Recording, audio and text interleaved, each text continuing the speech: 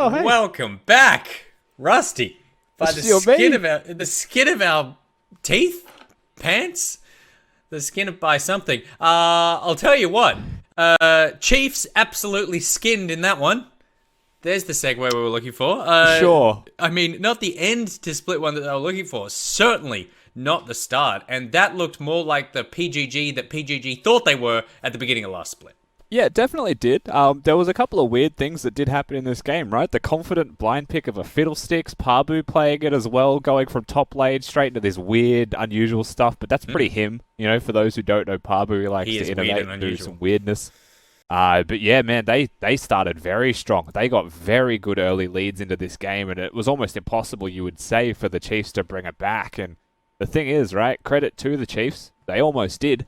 They started winning some team fights. They brought the goal back to nearly nothing. And then at the end of the day, Pensinet still had that team fighting composition, and they were able to execute late game. Still mid-game jitters, though, and that was consistent for them.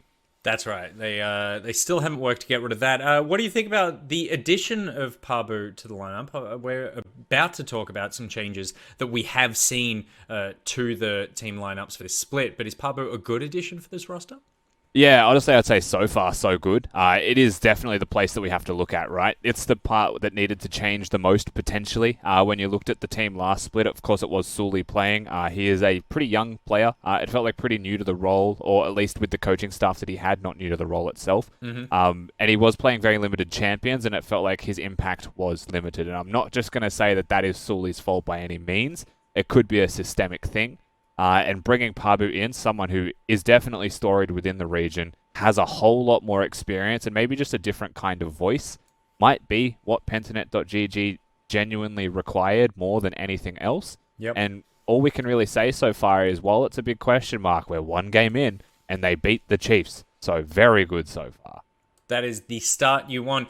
Something else you want is that drop. I've got my drop. I got my chest, Rusty. Did you get yours? I don't know. Everyone in the chat, maybe just restart your computers or something. Maybe it'll pop up there because I don't know what's going on with you, but I got my stuff. You can get your stuff as well because, as I said at the top of the show, NeoSurf, our partner for Split 2, are giving away a $500 voucher to someone who wins this competition that we are about to show you right now. You can join the opening video of the OPL. You can film yourself to be part of our group phone call that opens the show up. All you need to do is submit a video of you being a part of that phone call. Be as creative and clever as you can be. Use the hashtag NeoSurfWin and follow OPL and NeoSurf Esports on Twitter. You've got until week 3 to do this. Full terms and conditions are on watch.lollysports.com. And while the first prize is a $500 NeoSurf voucher, there's going to be 5 runners up as well. And each of you will get a $100 voucher, all for use in the League of Legends store. So a big thank you to our partner in NeoSurf, the only solution that lets you pay in cash online to thousands of websites, including League of Legends. That's a great prize. That's exactly what you want because, Rusty, we're not going to talk about the game that we were talking about before, but I just dropped like $120 on skins, and I feel like, that sort of skin voucher could come in handy for some people. Yeah, it goes without saying that not having to spend that money yourself is a big difference for someone, and it makes the experience a little bit more creative or flavorful for you. Absolutely. Obviously, now coming up, we've got Avant Gaming versus Mammoth for Game 2, but according to PUBG Master 21, no one cares about the game, we just want the chest. So Avant versus Mammoth is cancelled because once the chests Just are out for there, him. no one cares about the esports portion of the program. Some people care though because they are now on a team that they weren't on before, or they are off a team. This is Hired and Fired.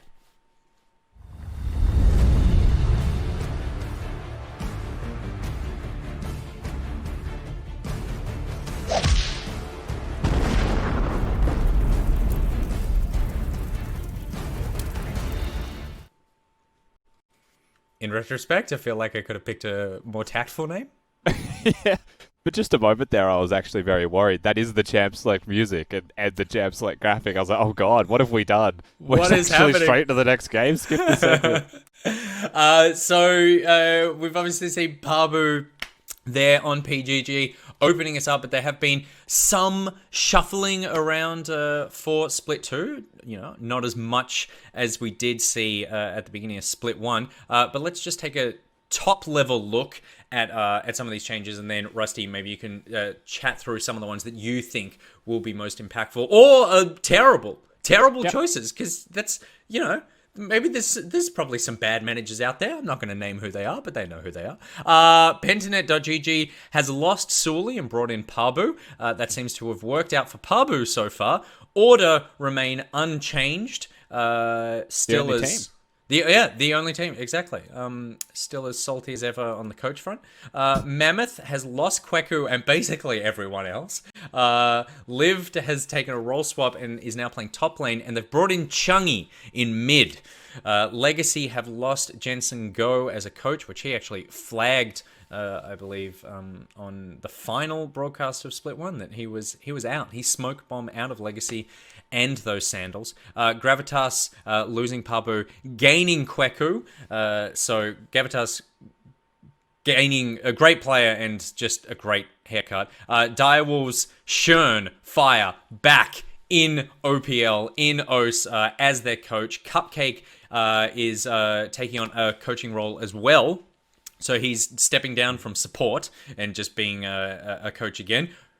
That's what they said last time, so I look forward to seeing Cupcake in Week 3 playing. And then Direwolves have lost Coach Kai, who has gone to the Chiefs as their coach. The Chiefs have lost career CK.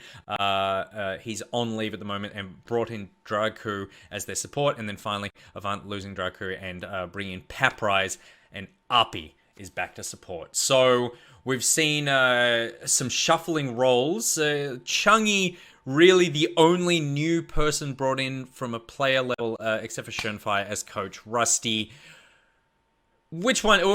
Who's winning this so far? Who's making the moves where you're like, yeah, this is what you guys needed for this split? Well, so far, Pentanet.gg is a short favourite to be winning that competition. I mean, if we're looking at this as who won, I feel like Quakeu's a pretty big acquisition for the side of Gravitas and will be a pretty big deal for them. They had so many people swapping roles constantly. It was a running joke with their coaches that they had an autofill top laner a lot of the time. So they've got a dedicated player. They have someone who improved massively through the first split of the OPL. I do think that that's a genuinely big win for the side of Gravitas if they're able to fit Quakeu into their culture as a team and continue to improve overall as a 5v5. Decoy, of course, is going to be the starter for Direwolves, so now they've got Schönfire and they've got Cupcake back to the supporting role. That's usually a very big deal. Schönfire has got a pretty good brain for the game. Direwolves, they definitely have a lot of respect for him in a coaching capacity, and so if they're able to utilize him and Cupcake, these OPL champions that work together, then I think there is even more potential for them to continue to improve. And AV with Paprise, he's more of a pretty calm and collected Titan-style top laner. The going joke, of course, in Oceania, a lot of our top laners are just Titans. They'll play their tanks. But he also has some very good carries in that position. So once again, he's very similar to Quakeu, right? If he can integrate to the team, come into the second split and, within a couple weeks, not through most of the split, be a good enough player with the roster to elevate their game, then I think that's also a pretty big win for AV. Absolutely. I'm just seeing in chat that there's some issues with my camera. We're aware of those. We're trying to get those fixed. I think it's actually because I'm just getting so much loot from watching the OPL, and it just seems to be hammering my internet connection. So I'm probably getting all the drops that you guys are looking for. So that's a shame. Yeah, we should have told them every time they type drop, we get one, not them. But maybe we shouldn't have said that because they were still going. Yeah, no, that's fine. My bad. It is funny just constantly typing drop over and over again. That's a good joke. How do you feel Legacy are going to fare losing Jensen Go? Obviously, a massively instrumental figurehead for that team, and someone who had like a storied career behind him. Legacy going to be able to replace that kind of knowledge and experience to be able to head into this split. Yeah, I think that's a really interesting team to watch through this whole split, right? I think that they still will be able to start as strong as they potentially left last split. The question for me comes into once that honeymoon period of a split is gone. So middle of the season, how are they looking? Because Jensen, yes, he's a very process-oriented person, and they do no longer have him. But everyone in this team spent a whole split with him developing those processes. Yeah. So it doesn't disappear overnight, right? If Jensen's a good coach, and I know he is, he's built structures for them to continue with through the rest of the season. Yeah, he's implemented a culture. Yeah, exactly. He's made the culture there, and Denian's just going to have to try and replicate that. At his own flavor, of course. Denian's no slouch in the coaching role. But if they continue on that trajectory, the only time I would draw the question marks is if they start losing. And what do they do to then fix it? Like, is the process there from Jensen to remedy those issues? Or do they run into speed humps where they actually start to falter? That's where we have to look at legacy. So we don't know what it means unless they start losing. Absolutely. Well, there you go. There's all the changes. Final question, I guess, Rusty. Order not changing anything. Is that just arrogance on behalf of Spawn? Is that where we're sitting? There's two things that I wanted to say. One of them is that I'm happy that Order didn't change because I'm a big fan of consistency. I don't know if there's any arrogance in that. And the second one is I'm just worried for Mammoth. All they do is change. They've lost their Maui, the top lane. I have so many concerns with this team and what they're going to be able to do. I mean, who knows? Who knows? I just hope we get to see 40 people on a windscreen again. And Mammoth, I guess, are just hoping they're going to see a windscreen. All right, there you go. That's all the changes in the OPL for Split 2. A reminder that with a second split, not only are you going to get a drop at some point, and that drop is dependent on how many times you type !drop. But it also means we're doing another round of the Nick bag. So please send your life questions to asknickboy@gmail.com. We are going to be going through them all split again. It is the OPL signature seg. So we want to hear from you guys. asknickboy@gmail.com. Any question about your life you need answered, we will do our darndest to help you through it. Someone who needs to get through the next game, it's Mammoth. They're up against Avant Gaming. Rusty, we've just spoken about them. Who knows what new Mammoth look like? Arguably, it can't be too much worse than old Mammoth. A lot of players on that team, obviously for Split 1, getting their feet wet. What is ahead for us with AV versus Mammoth? Yeah, the identity of the roster hasn't changed too much. You know, I still look towards their bottom lane and say that Mboma and Artek are the place to look. Bass was a standout jungler as well. Rapid improvement through the split. Lived is, of course, changing roles. So I don't think we'll see anything crazy different from them. My eyes still go towards their jungler and how we can affect the bottom lane. And maybe that's what it takes, you know, to take out AV with the rampant Chaz. There you go. Well, let's see if AV can take down Mammoth. Is it going to be a surprise win like we saw in Game 1 with Mammoth taking out someone who last split was outplaying them? We will find out. Drop, drop, drop. Give me my chest. Give me my chest. Drop, drop, drop. After the Mac is chest. Like, drop, drop, drop. Give me my chest. Where's my chest? Where's my free stuff? Drop, drop, drop.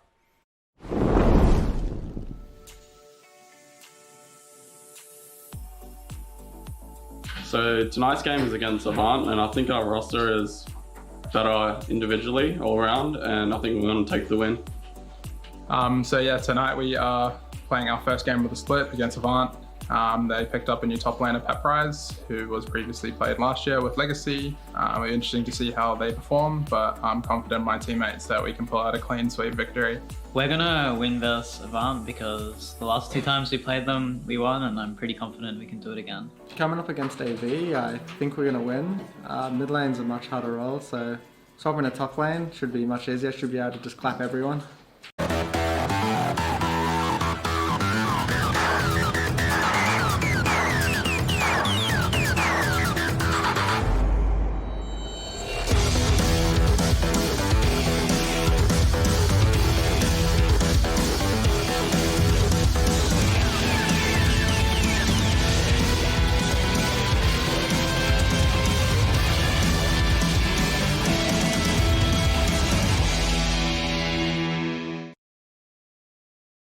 Welcome back to game number 2 of the night, and those are some fighting words there from Liv. Look, you know, I can just move from this lane. I'm just going to move to the top. It's easy. I'm just going to clap everybody. What do you think about that, Spawn? I think easier said than done. That's what I would say. Ose has some real consistent top laners. If he thinks he's clapping the likes of Popoon, you know, who else have we got? Chippies, Thien, Swiper. That would be an impressive feat for the young man. However, I do like this new Mammoth lineup, to be honest, Skimmy. I think that they've kept the areas of the team that performed well last split, mainly Bass, Mboma, and Artek. And Chungy, he played Order Academy a couple of years ago. He's been around for a while. He's a good kid. And Liv moving into that top role should suit him, because he did play a lot of melee bruises, even in the mid lane. Yeah, he was pretty confident in his ability to showcase what he could do. I remember so many iconic performances, especially on the likes of an Echo, where he was drawing multiple members' attention and able just to clutch out things that looked like they were impossible. You highlight there Chungy, he was playing in the OCS only days before, actually, for the RMIT Redbacks, and he busted out a Kaiser mid lane into a Cassiopeia, which, mind you, was like 5-0 5 minutes into the game with a double buff, finished that game 11-3, and he was still able to claw back that game. So I have high expectations based on his performance in that, to make that big significant step from OCS to OPL already, to start off a brand new split. For me, showcases that this is a guy to keep your eyes on. Yeah, it certainly could be the case, and already we see with Avant Gaming that they're going to go towards a center composition. So at the start of the last split, Skimmy, no one played center in the OPL, really, and now it looks like everyone plays center. The mid-season championship, or mid-season cup, I can't remember what MSC stood for, certainly saw a lot of this new center, as you mentioned, with Grasp of the Undying, as well as the Frozen Mallet. And I think that teams are picking up on just how useful it is to have a free tank in the bottom lane with still a consistent 80 carry.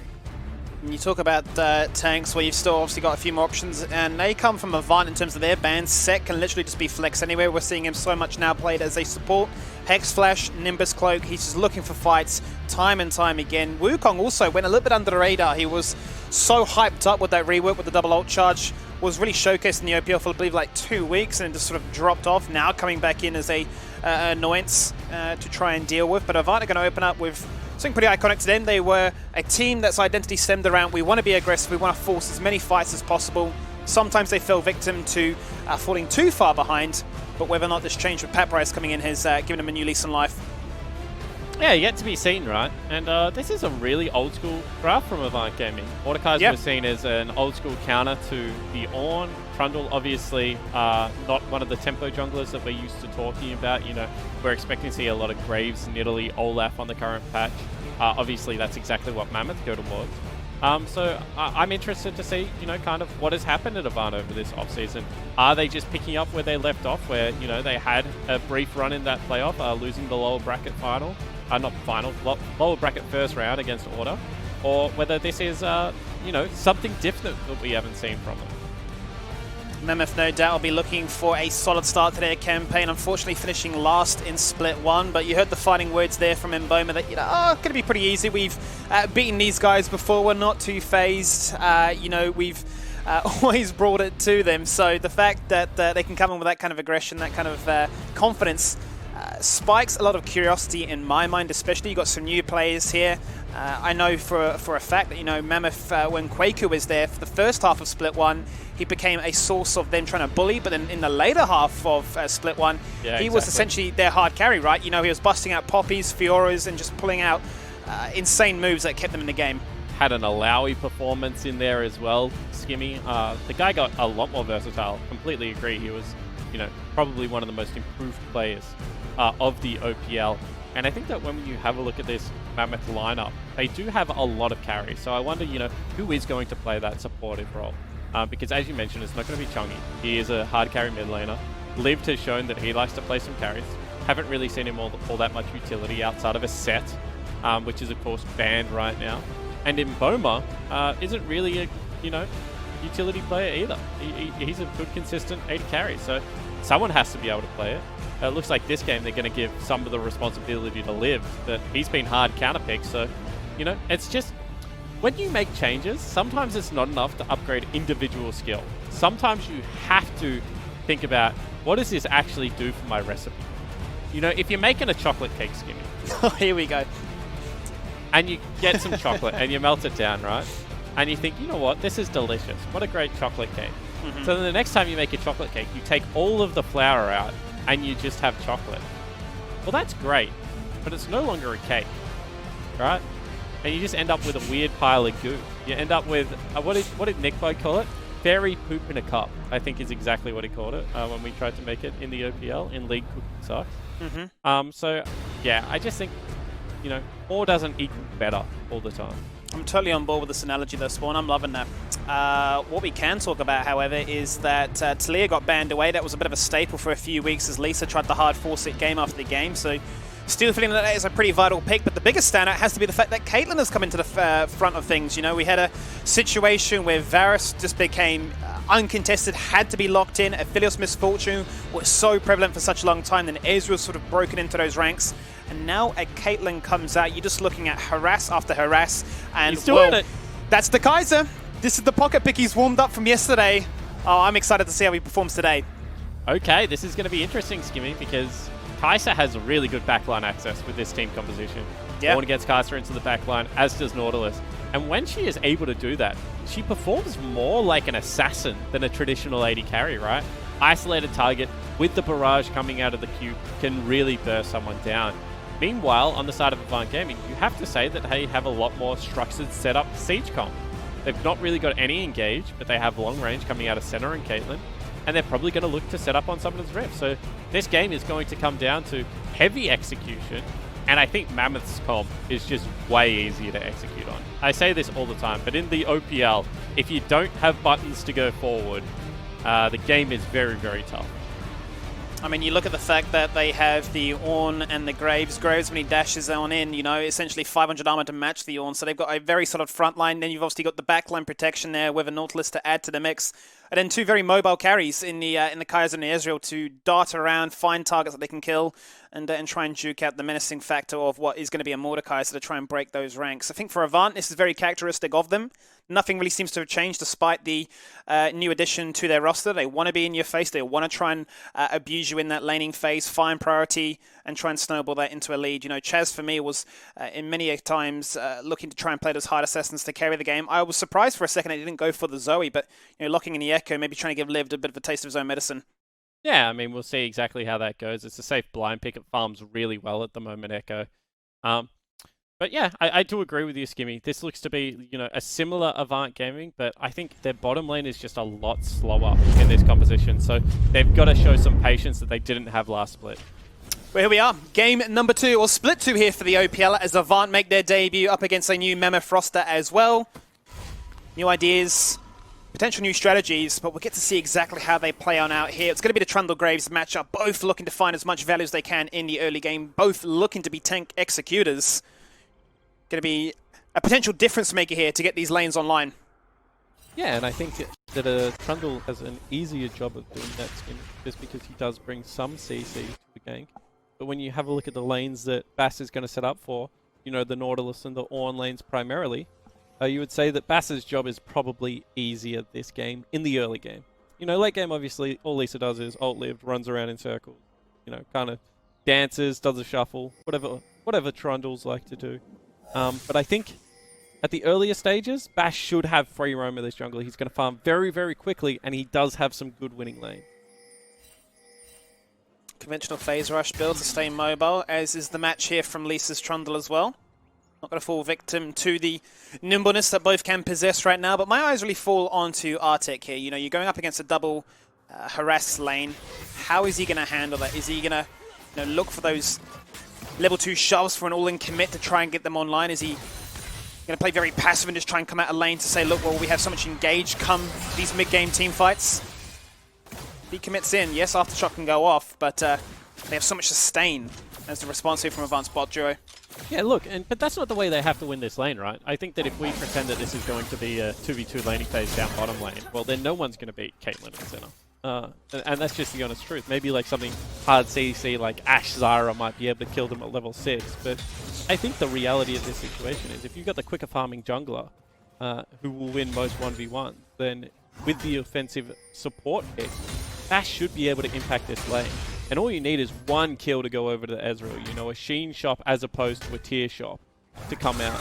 And this laning phase can get very, very ugly for the poke setup siege composition. It's just about where they can get to that stage. Instantly utilizing that harassment by finding an early lead in their lane, able to rotate out, give Lisa an opportunity to potentially sniff at a blue denial. Bass forced to use that smite to guarantee it, but showcasing that, you know, he's not going to have the easiest time transitioning down to this bottom side to try and force that punishment. Gunkrab is the initial kill target, but that's the poke harassment. And we said it before, you know, if you're going to all-in commit like that, you've got to be damn sure you can win it. He falls on down for first blood as the attention turns topside with Mammoth looking to try and settle the score to make it a 1-for-1 trade on opposite sides of the map. It's not going to be the case. Papprice survives as he flashes on out. Yeah, really confused what Liv was doing there, Skimmy. Because he probably could have flashed and killed. Also very confused with what Artek was doing. As we're going to see a bit of a skirmish in the river.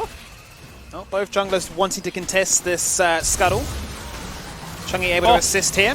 It's going to be picked up right now. Flashes get burnt on either side of the coin. Chungy really wants to pick up this double buff. If he can find it, he would be in a fantastic situation. It's going to fall on down because the bot duo of Avant respond first. Caitlyn now online. And these, it's one of the things you just absolutely hate to see. That's going to give them a very early 1,000 gold lead. What is happening, Skibby? Okay, so the Trundle uses Flash Smite to steal away a Scuttle Crab, and yet his team still somehow wins that trade quite heavily, I think it's fair to say. Crab as well as the kill going to go across. Now Chungy is behind, doesn't have that Summoner spell available in the mid lane now in the form of the Flash, and Lisa, he's having a good early game for himself. Lisa loving life, that is for sure. Now a clear target as to where he can maybe divert his attention if he wants to show up mid, with Chungy opting for the Cull. Has conceded the fact that, well, I just need to farm up right now. Hit those major spikes so I can be that backline assassin that can dive in and try and turn the tide of a fight. Potential option for Lisa to now get Chaz online, who does still have both of his summoners at his disposal. But Gunkrab's going to return to this lane as if it wasn't annoying enough as it was. Going to come back with a BF sword to continue that harassment. Yeah, that laning phase bot, real tough. Because I said that what you want to happen, right, is for you to farm safely. As Hold the Thought, Bass going to look for some cover top lane. Maybe just help Liv push his wave a little bit quicker. Probably going to give Dragon bottom side Skimmy, I think it's fair to say. But what I was going to mention is what the ideal state of bottom lane would have been that Bass gets to impact bottom lane before the Trundle, just through, you know, quicker farming and better pathing. But that's the opposite of what happened. So now you have to say the laning phase, I think they call it doomed in solo queue at the moment, Skimmy, is the word that they use. That lane is doomed. So what do? Maybe you try and swap at 8 minutes for a Herald fight. Maybe you just look to scale up, because Ezreal right now at 3 items is quite a nuisance. But I think you have to look for answers elsewhere on summoners. It's such an awkward play in the sense that, yes, by Bass assisting Liv to push that in so we can get a nice little reset off, Avant were able to get some very deep vision towards the Mammoth blue buff there. That assisted them in the ability to comfortably take that dragon, and Gunkrab very content with the BF sword just to farm underneath his tower, freeze the lane as it were. And what they're doing right now is they're building a wave, right? And with Echo's ability to push in this mid lane, they might be able to build a wave that is sufficient to dive. You know, if Chaz starts heading into Fog of War, he obviously has teleport available. Then this becomes a very scary prospect, especially if you're going to eat skill shots like that underneath the turrets. Oh no! Bass is being baited into their master trap right now. Blast cones himself into the river. Liv shows up, he's TP'd in, shows the ultimate and gets the kill. Lisa taken out, max range hook landed and delivered. Artek finding Epi, and then Boma there to pick up the kill. What looked to be a situation that Avant wanted to capitalize on, backfiring significantly. Yeah, and that's just the, I think, 500 armor, as you mentioned it, from the True Grit coming into effect. Chaz now takes a little bit of damage, but he's okay. Gets back over to the safety of top side of mid lane. But yeah, really great counter game coming across from Mammoth. You see once again they're going to use his Graves to push out the lane. Not going to phase Chaz too much though. Still willing to take those trades 1v2, showcasing what he can do. Level 6 is online, so the ability to reset.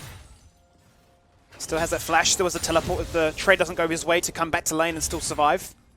Now gold's even. You know, a little bit more going over to this Mordekaiser because he was able to take himself off the plate as well as get himself an 11 CS advantage. Bottom lane stabilized now for the Ezreal. You know, level 6 going to be coming in very quickly for Mboma. And jungle starting to get towards that warrior enchant where, you know, Graves really does come online. So I think that Mammoth, after, you know, kind of the shocking early game. I'm quite happy with how this one has gone. And if Paparize gets away with this... Oh, what a heist. That's incredibly cheeky. Just stealing it underneath their nose. Live with no idea. Goes roaming, goes checking, goes, hang on a minute, your red buff has actually been stolen away. Everything we invested in trying to shut down Paparize, all the early game attention I was able to recruit, he still makes plays like that. Well, the thing is, right, is anyone else is saying, Paparize just stayed top while I teleported bottom. He got himself 2 additional waves and a turret play. So what is he going to do with that? He's going to take that time to recall, come back to lane with equal items. That's what 99% of top laners would do in that situation. This is something that Chippy's actually used to do a lot, Skimmy. Instead of doing that, you just continue to accrue your lead because you have red buff that does true damage versus tanks, as well as gives you a little bit of that health regen. It's actually quite a smart move to go towards. This is going to help him more in the 1v1 than I think a temporary item shop. And because of that ultimate, Mordekaiser can always guarantee a 1v1. Well, Bass wants to make sure that that fight goes his way, but instantly the Death Realm comes out to make it a 1v1, so Bass is merely a spectator at this stage, waiting for that ultimate to expire. Now they're going to come out back into living reality. Going to be a 2v1, but he's still looking for that fight. Forced to flash away. The response is a double flash from Mammoth to kill secure. Bass will get his red buff, but it's some of the disadvantage that Avant will be quite happy with, no doubt. And Skimmy, after watching how well the 1v1 was going with the Graves, after he kind of popped out of the Death Realm, you wonder why he didn't just take Bass at the start of that fight, don't you? When he had the guaranteed one-on-one. But in saying that, they do buy enough time to be able to chip down on this bottom lane turret. Only 1 plate going to be remaining. So still a pretty good play from Paparize there. You would love for him not to fall down and not give over this Herald, although it's not guaranteed right now. Given the amount of attention that Bass has shown topside, Chaz and Co have been very active in the rest of this bottom side map, but he's going to rotate up, saying there's only one place you can be. Chaz shows up, recalls back in. Does a lot of damage. He could just go for the 1v3 as Paparize gets the shot, comes back in and says it's a hard time to show up. Okay, you went for the Rift Herald, but it doesn't actually mean that much. You've just lost 2 as a result, and we've just accrued double buff transfer. Yeah, and this game is really, really weird, Skimmy. Because why are they not moving off their priority?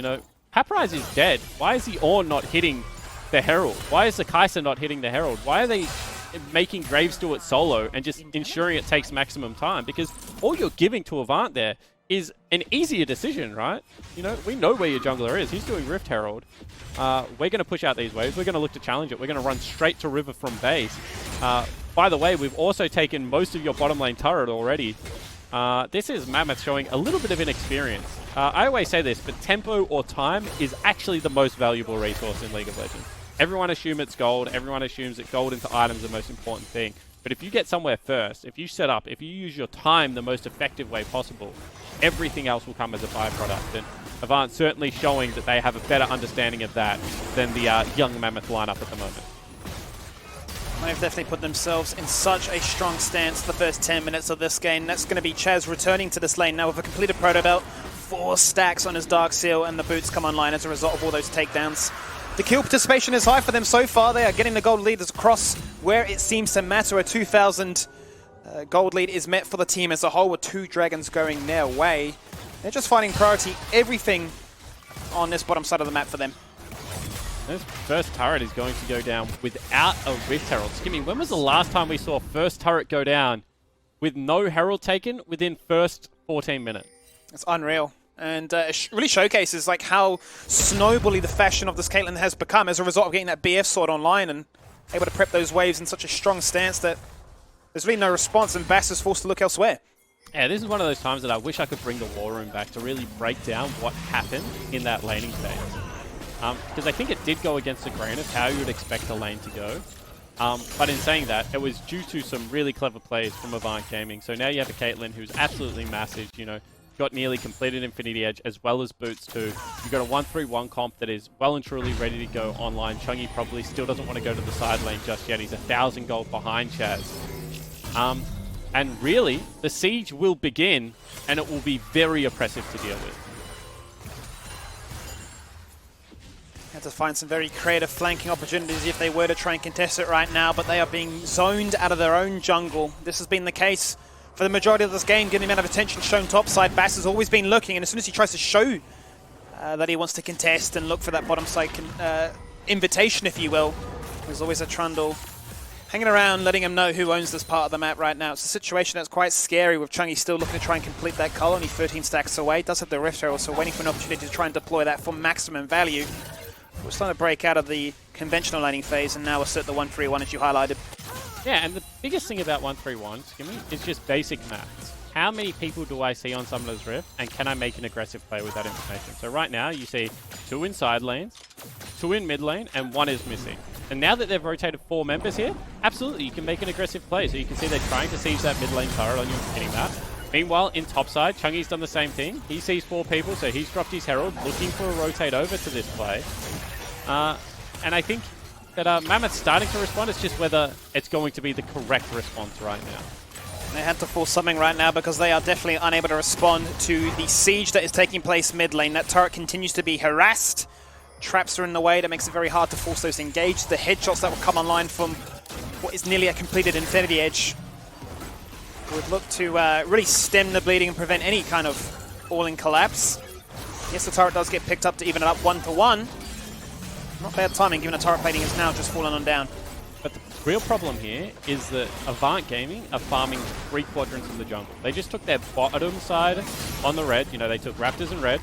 They took the top side bottom side of Mammoth's jungle, and then they took top side of their own jungle. I think Gunkrab grabbed his Wolfcan, and Paparize grabbed his Grom. And that just means that, you know, so much gold is going over to the Avant Gaming lineup right now, and they're starving this Graves. And Graves without gold is actually useless. You know, he's got a smoke screen, that's it. And he's only at Warrior right now, Skimmy. He is so far away from where he needs to be a hard carry in this game. And sometimes that's why tempo doesn't work in professional play. Because you can jungle quickly. No one is debating that Graves is one of the quickest junglers in the game. It's just about whether you can secure those quadrants of your jungle without CC to be able to get him to those stages of the game. Well, there was the respawn, the recall into the purchasing of major components now being completed here. The Infinity Edge is finally online with another cloak to guarantee even more headshots.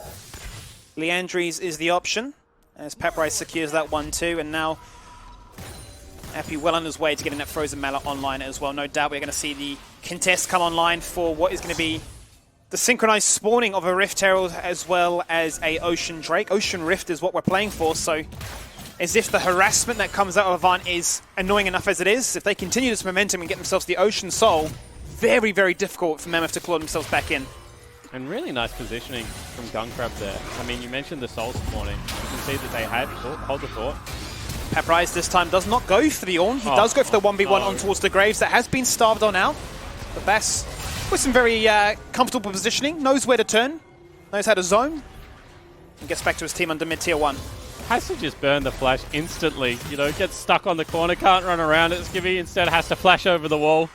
Well done from Bass to be able to live, but this mid lane turret now is going to fall down. In fact, there might be a dive.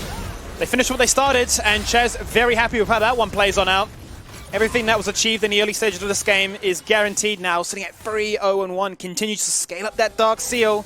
No doubt be looking to get himself a Magi's if the game continues on this trajectory. Now they split the map, they show that they want to go for the Soul Point. That is their win condition. They quite happy to sacrifice the Rift Herald. And that might be really the only consolation that Mammoth can even look at considering. But this time around, Avant is way more willing to let them make their play. I wonder if they teleport and cross here, because they can. Still have numbers advantage.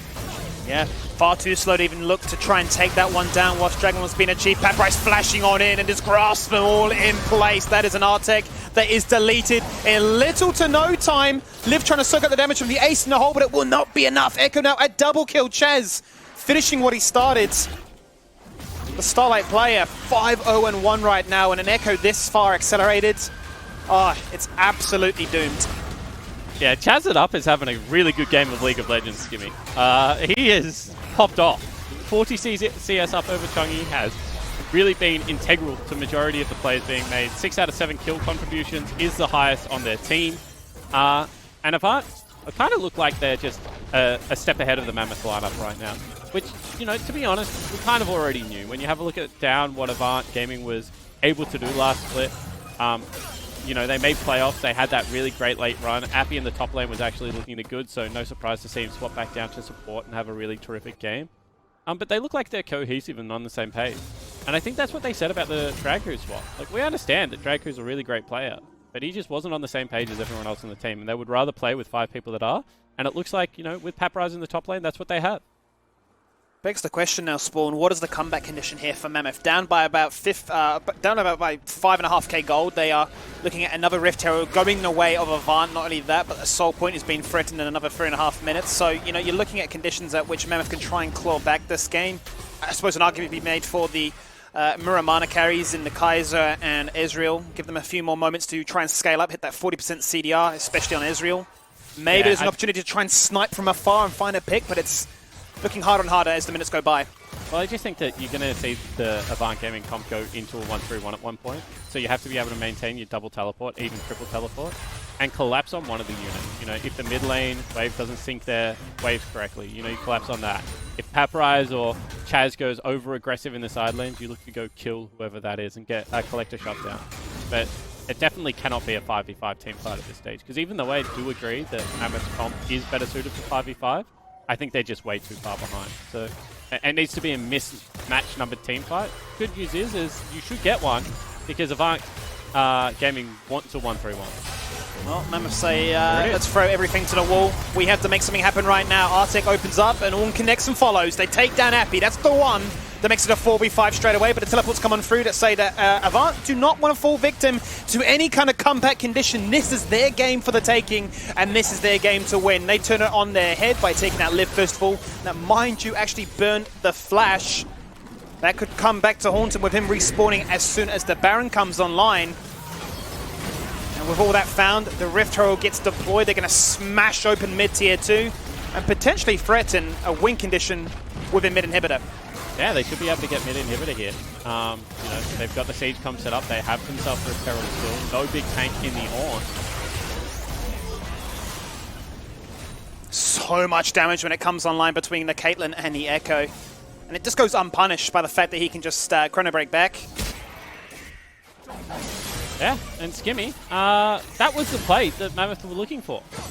You know, they got themselves a pick. They didn't have to use any of their teleports to do it. I thought they would have to use 2. I said maybe 3. Instead, they get a pick. But the problem is they got greedy. You know, getting a pick is a sometimes food, Skimmy. If you get too many picks, you get fat. So you have to, you know, just take one, you know, little sneaky pick here and there. And I think that Liv kind of, his eyes lit up. He thought, you know, we have a mismatch number team fight. A little bit tunneled, maybe his bucket a little bit full, playing the tank in the top lane, easy as it may be.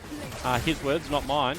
And I think, you know, kind of threw himself under the bus there, which is a little bit disappointing, because that should have been the pick that consolidated Mammoth back into this game, but instead they give away even more than what they had already lost. Well, this next minute is crucial for Mammoth as to how they set themselves up here. What is their response? With everything to play for. 30 seconds and Avant are on themselves a soul point in the siege. As frustrating as it is to deal with at the moment with an Ocean Soul and no healing cut to really match it, is going to be absolutely devastating. That would then no doubt transition into a Baron, and Avant having already done the damage from mid lane to open up an inhibitor, end this game. Mammoth the first ones to this Dragon Pit. The True Shot Barrage goes out to scan after doing a Baron split play. It's going to be a tough order for Mammoth to try and respond to this one. Yeah, it certainly could be. You can see, however, that Chaz it up on a ward, but still a lot of damage. Vision or not, he gets a 2-man stun, and it recalls back in just to delete Chungy. No chance to respond. Flash wasn't even there, even if he wanted to. The ultimate shield will not be enough mitigation. The stopwatch goes out on Arctic as Liv tanks on the well, but Arctic is going to be a lamb to the slaughter as Avant swarm around him like wolves to the situation. And that'll be all that they need to really guarantee this dragon. Like wolves to the situation, Avant Gaming going to pick themselves up. The soul, it's going to be the most annoying soul in the game. Now with a siege comp and an ocean soul, you feel like this one's going to be real tough for Mammoth, Skivvy. And Chaz, just so annoying on this Echo. So much damage comes out, you know, Chungy has to ult. And then, you know, just with the use of that stopwatch, with the use of the parallel convergence, going to be able to pick up the kill anyway. He's 4 levels up over his mid lane counterpart. Chungy not having the welcome to the OPL stage that he would have wished. which is unfortunate because he is a really promising kid, but Chaz It Up just showing that the gap still exists.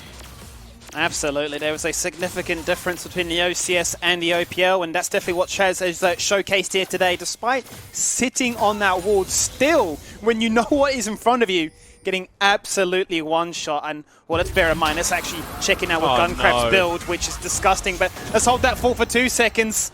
Chungy gets taken into the death realm, flashes the mace, fights underneath the tower to try and make it a 2v1 in some form of fashion.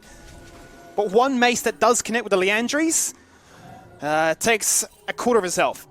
Yeah, that was a lot of damage. I think that if the Ripback actually had landed and given him the passive, it would have been much more promising. And yeah, Guncrab's build is pretty interesting, Skimmy.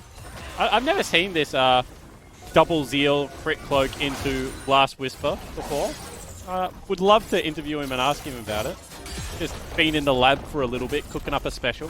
Feels like he's confused as to playing Yasuo or something or other. All about the crit chance. I mean, Caitlyn is one of those champions that does want to build double Zeal for sure. Helps her with repositioning, rapid fire cannon, plus static shiv is generally the way you go. Yeah. Blast Whisper makes sense, you know, against double tanks, but just the order of the purchases really, Skimmy. Maybe just going back with perfect gold every single time. You can definitely afford to do so, as both the carries of Avant showcasing a huge lead over their counterparts. 3 to 4k gold is the difference maker here. Those are major, major items online for them. And they can absolutely rip through this Baron. Guncrab acting as a jungler, as a bruiser really. Just sniping across from that wall. Multiple traps set up on the floor. They don't want to make this a 50-50, however, as Arctic tries to get vision. Deleted before he can even utter those words. Oh. And again, just so much damage coming out of Avant Gaming from so far away. They have the Caitlyn ult, they have themselves the Senna ultimate. And then Echo just being able to chase relentlessly. Kind of is a recipe for disaster for at least one member of Mammoth every time they go for this fight. Mobility goes left and right as Liv jumps in and Ches jumps the other way. They don't really care about this Baron, they just want to end this game through fighting. The all-knock comes out, a double knockup, will it be enough? Chuggy gets the dash across the wall to try and snipe at the Lisa, but he's unable to find it. Liv survives for the meantime, but Guncrab is hunting. But the damage that comes out as a response, as long as there's uptime, the poke can come from this Emboma Israel. But as soon as Chaz has enough of it, he jumps on in. But the hook is big! The stopwatch jukes at the true shot barrage. Avant are sticking around for the meantime. Their numbers are there. It's flawless still. But Mammoth for showcasing that it's still a chance for them to contest, despite Avant almost showing them disrespect by not going for the Baron collect. And now we'll see whether they can actually get themselves the Baron, Skimmy. Because they've tried a couple of times, right? It hasn't been all that successful. However, this time around, it looks like the Baron is going to fall down. They're pinging out exactly where members of the other team are. Mammoth going to watch this one fall down. 11,000 gold lead now will be the difference for Avant Gaming. And honestly, really impressed with their performance, especially that of Chaz. Seems to have picked up exactly where he left off last split. Absolutely. I mean, the guy was no doubt having some stellar performances last split. He was showcasing what he can really do if given half the opportunity. There were just times where his individual lanes would fall too far behind for the game to really have any real influence. What's interesting to me is he had 10 stacks in that Dark Steel, actually sells it in favor of just going for the needlessly large rod. Doesn't opt to optimize it into a Magi's to scale even further. Goes for the team fight option with 2 control wards accrued as well. And now Mammoth have gone all about jungle surprise bush parties. Everybody joins on in. It's a 5-man collapse, but Chaz might try to turn things around with a 1v5 of his own. He's going to chrono break back out, but he may have just baited his team into a situation with 2 members coming in the top side by the Raptor camp. Paprise takes the death from instantly to try and make it a numbers advantage that still does favor them. 12 kills to 6. But it's the Mammoth looking to try and claw back the difference right now. And they find another one, an all-important one for Chungy here, able to get himself a shutdown. A big amount of gold needed for him to fulfill his role as an assassin. But we've been talking about Chaz all game long, Spawn. He is godlike, and for reasons like this, he literally is 1v5ing. He will take everybody down with him.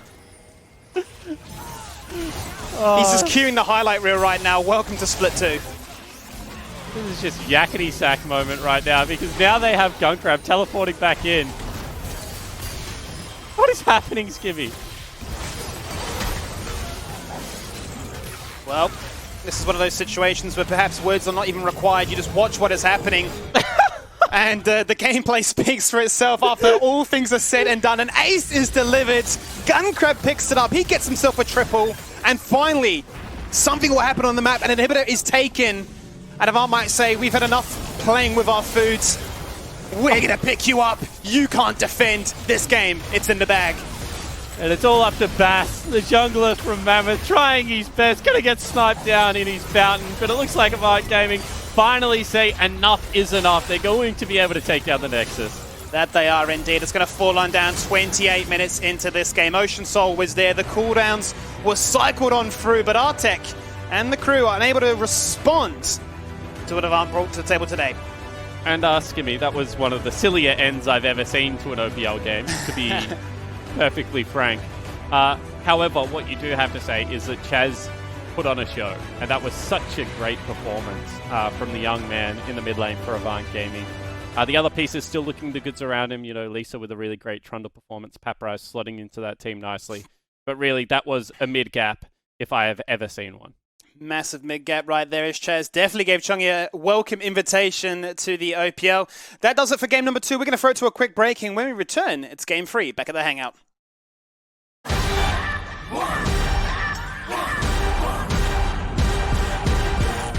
Today is the NeoSurf Cup, and we're going to be playing against Misfits, so hopefully we can bring home the win.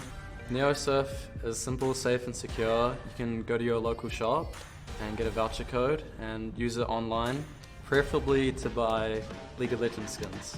He's got it! This is deadly! He's got it!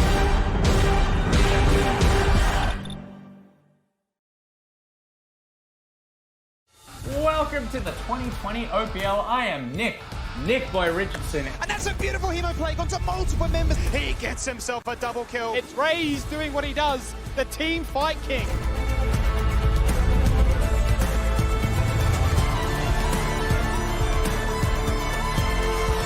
We love everybody. We love the OPL.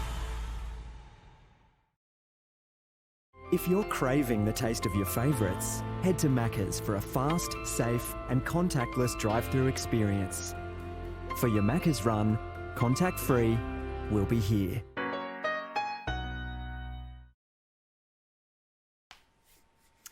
Welcome back, Skimmy. Welcome back, Nick Boy's Thank camera. You. Welcome back to the audience.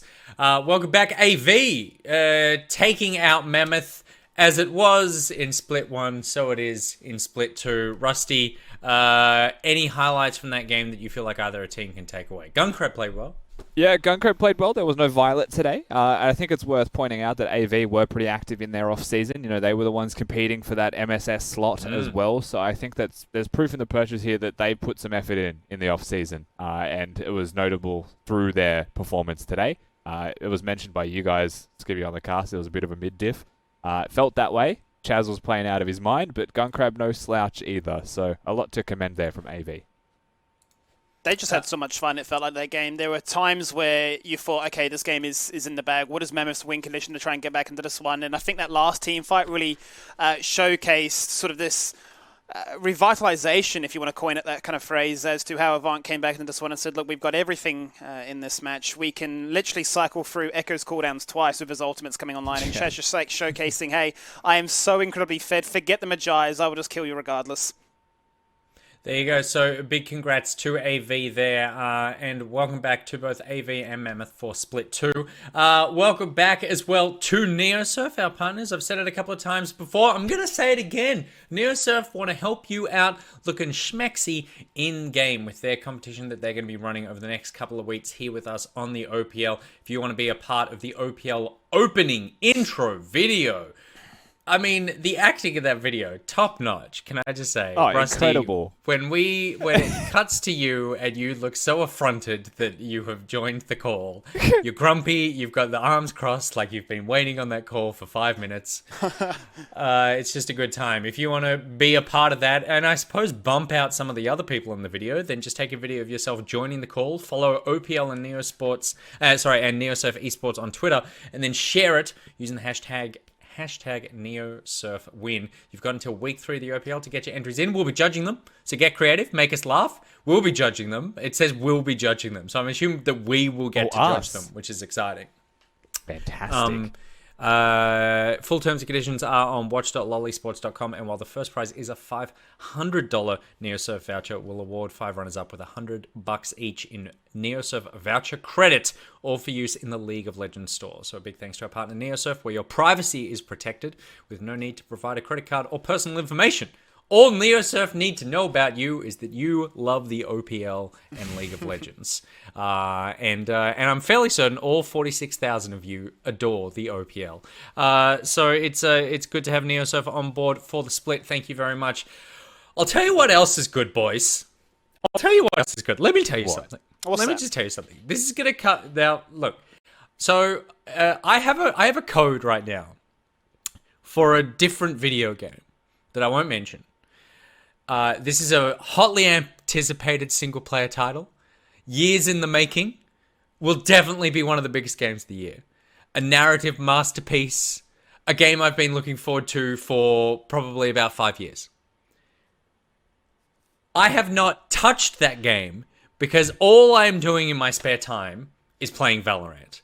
And you would think that this is some sort of weird, self-obsessed plug for a game made by the same developer as makes the game that we all love, all 43,000 of you loving the OPL and loving League of Legends. But Valorant is an absolute masterpiece, in my opinion. And let me be clear, Rusty, I am trash at this game, but I adore it.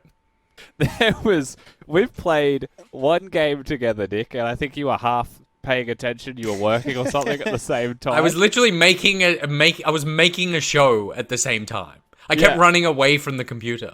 That was maybe the funniest game that I've played with someone as well, because you couldn't be on voice comms. Everyone else was, and I was like, there was a moment where I was like, you know when a plane lands and there's the guy with the sticks doing weird directions? That was me, physically moving a weapon to show you the way to go in some of the routes. That's where we peaked in that game as we got annihilated as well.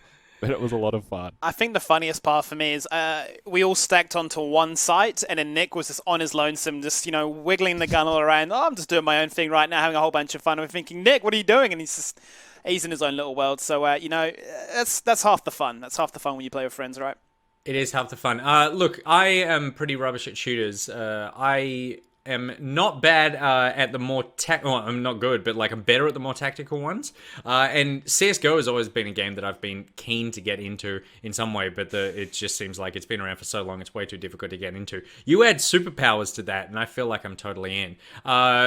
Skimmy, what are you most impressed about? Oh, are you impressed with Valorant? You can say it's terrible if you want. I don't mind. I mean, no, I am. I'm trash in the same regard that, my ability to not shoot and move, or, these recoil patterns. Rusty's been like, you can tell this guy's played other FPSs before, because I just like to run around. There's no silent shenanigans here. I'm just in your face. I want to shoot, and if I spray and it doesn't work because I don't know these recoil patterns, well, I look really bad. I mean, we've looked at my match history, right? There's a game where I went 7-14, and the next game I can go 25-14. There's no consistency at the moment for me. So I'm enjoying the game a whole bunch. I feel like most games, you really enjoy it, especially when you're on comms, because it feels so heavily invested with voice or text chat.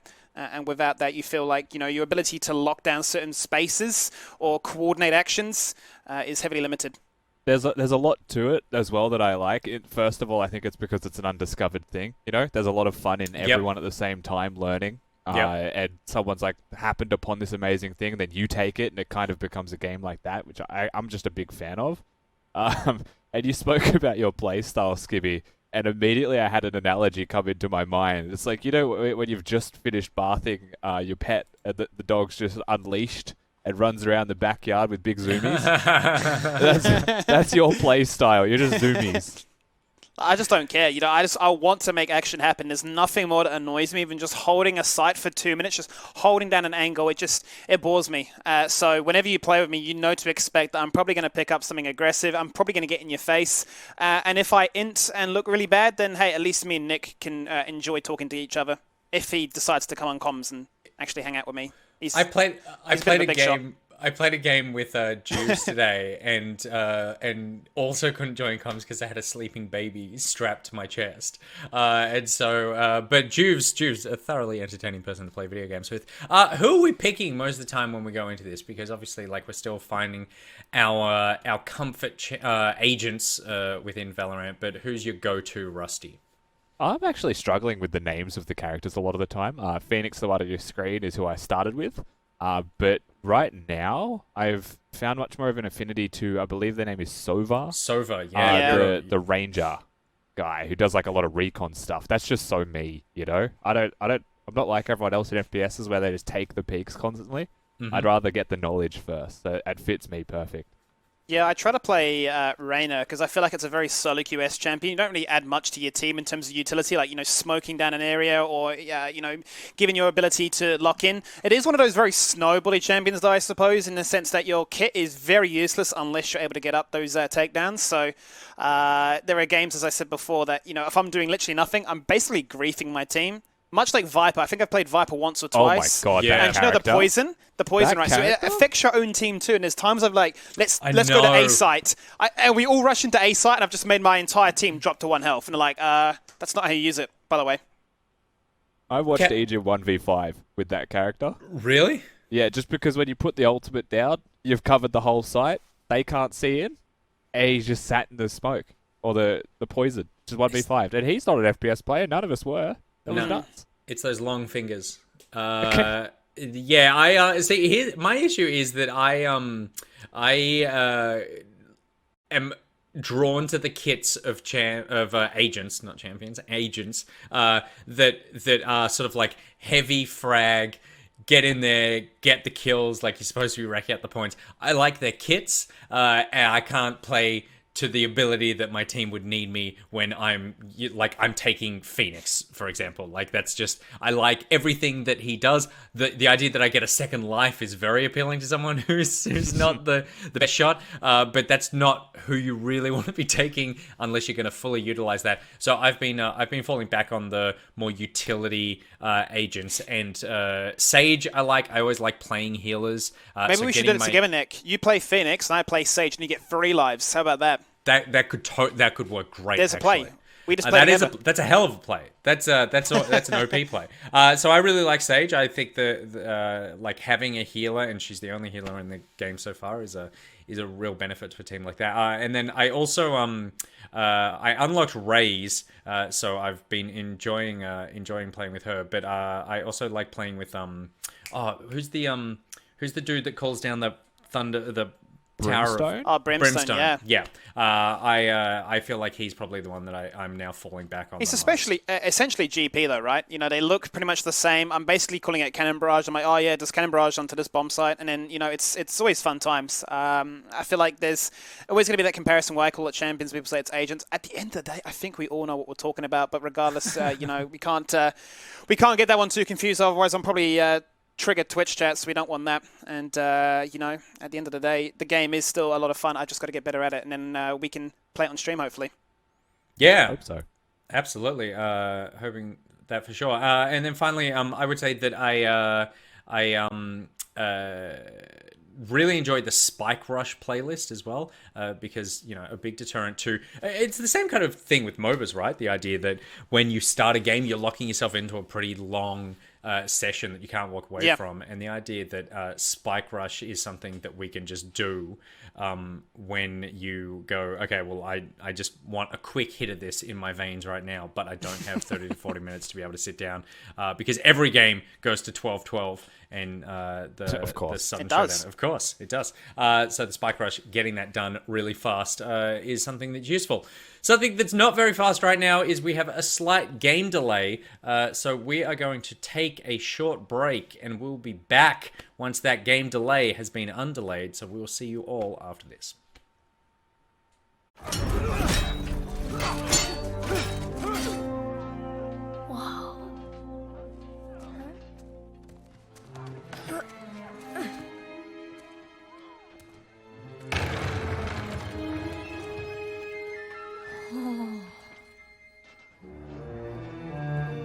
Stop! You're gonna get us in trouble! Look, I'm Garrett Crownguard. Might of Demacia! It's over for this monster!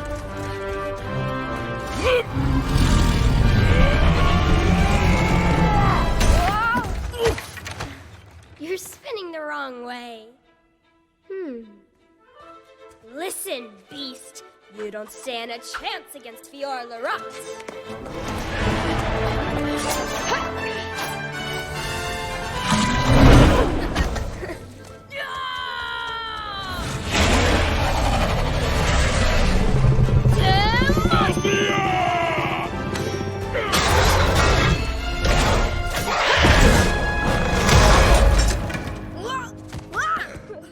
How does she do those moves? So close to glory.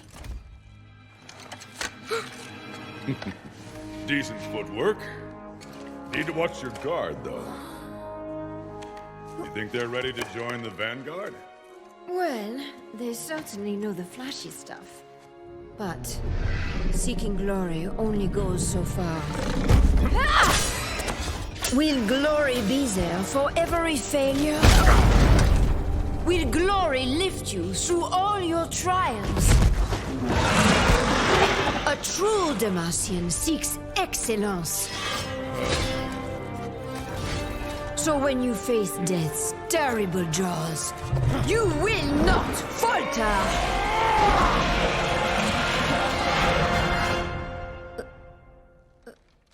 Fiora. You want me to sugarcoat it?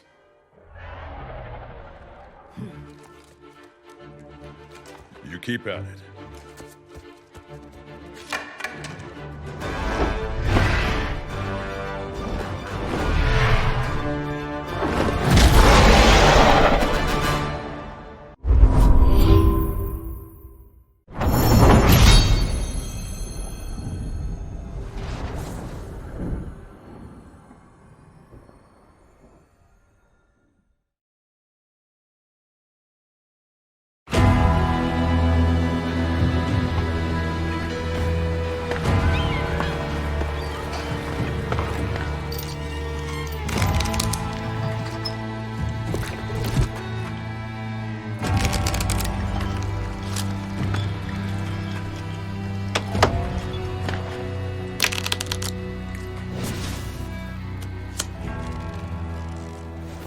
Seems like I'm the one holding all the cards now. Well played, Captain. You finally landed me. Don't flatter yourself. I'm after a bigger fish. Your partner. That Graves is too smart to walk into a trap. If you think he'd be stupid enough to bash... Let him go and nobody gets hurt. Damn it. Dumb luck is a gift of his. Oh, is it?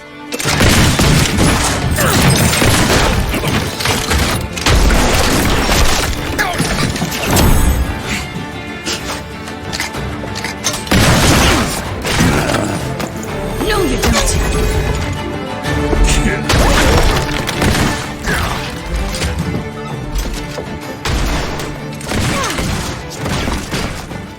I got you, brother. Much obliged.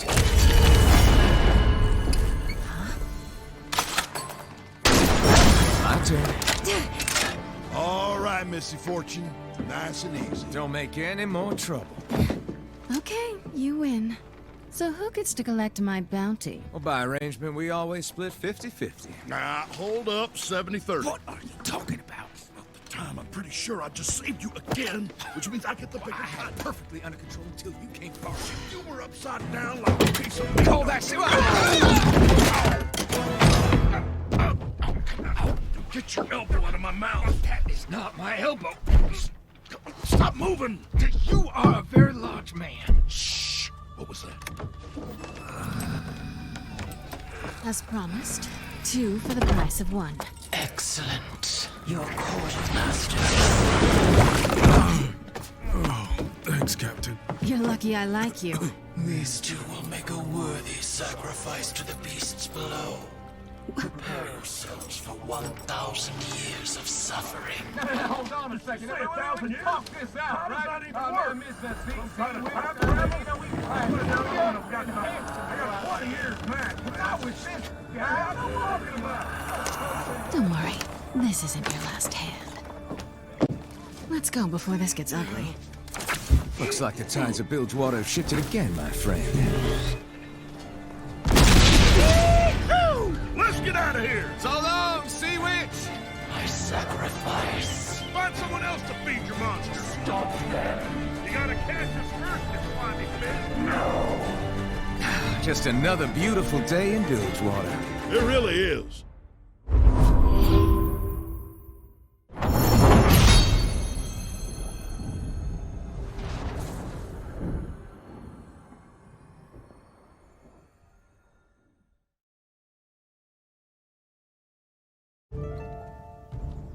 What happens when an outsider destroys the balance of this land?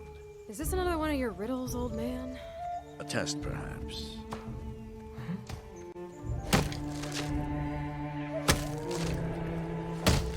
Noxian. You don't cut guardian trees. I'll teach him a lesson. With your steel?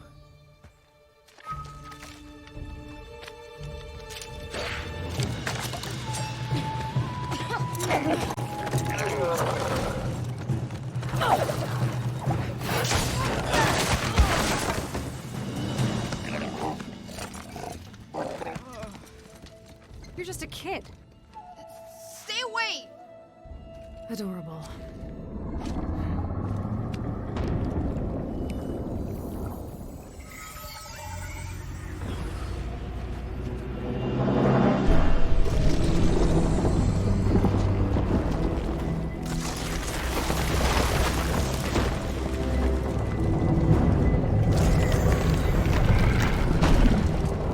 What's happening?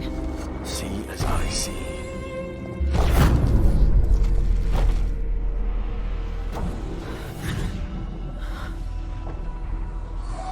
Whoa. The boy has awoken the shrine's protector. It is fueled by the anger of the forest. Ali, no!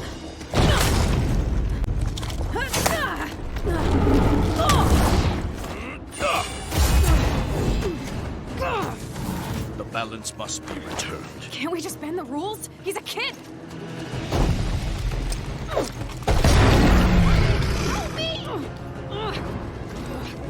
Come on, come on! Sorry, kid, this thing wants your head. A trade. Bury it! What? The seed! Plant it! Now! Tier 10 Geishti. Work, damn it!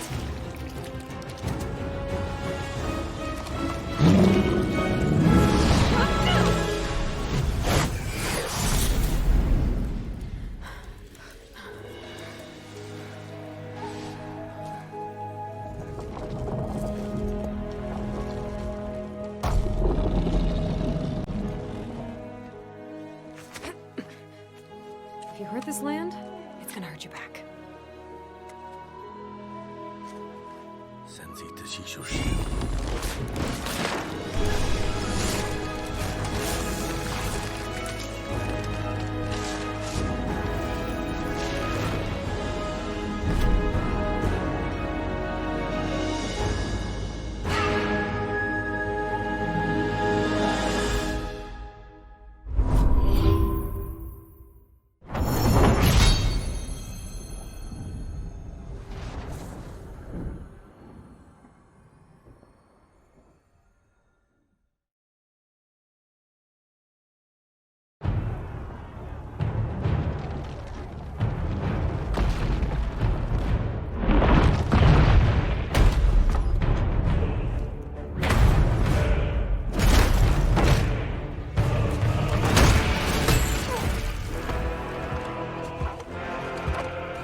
In my name, hold them back!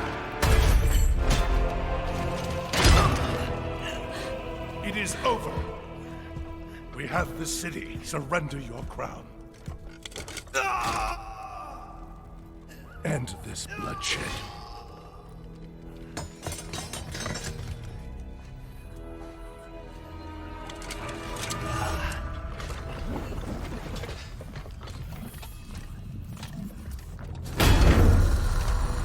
crown is mine by birth, granted to me by my royal blood, as are these lands and my subjects.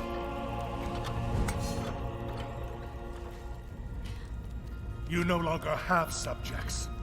Today, they become citizens of Noxus.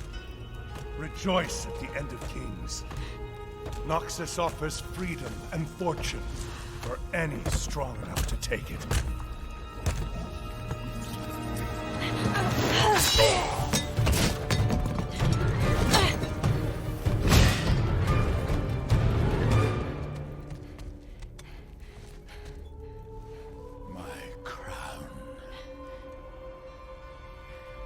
Returned to me by a slave. Unworthy even to touch it or stand in my presence. Don't you see, Noxian? The gods return the crown to me. End this bloodshed? No. The kingdom is mine. Or it is a graveyard. Show them, girl. Die for your king. Go! No. Insolent villain!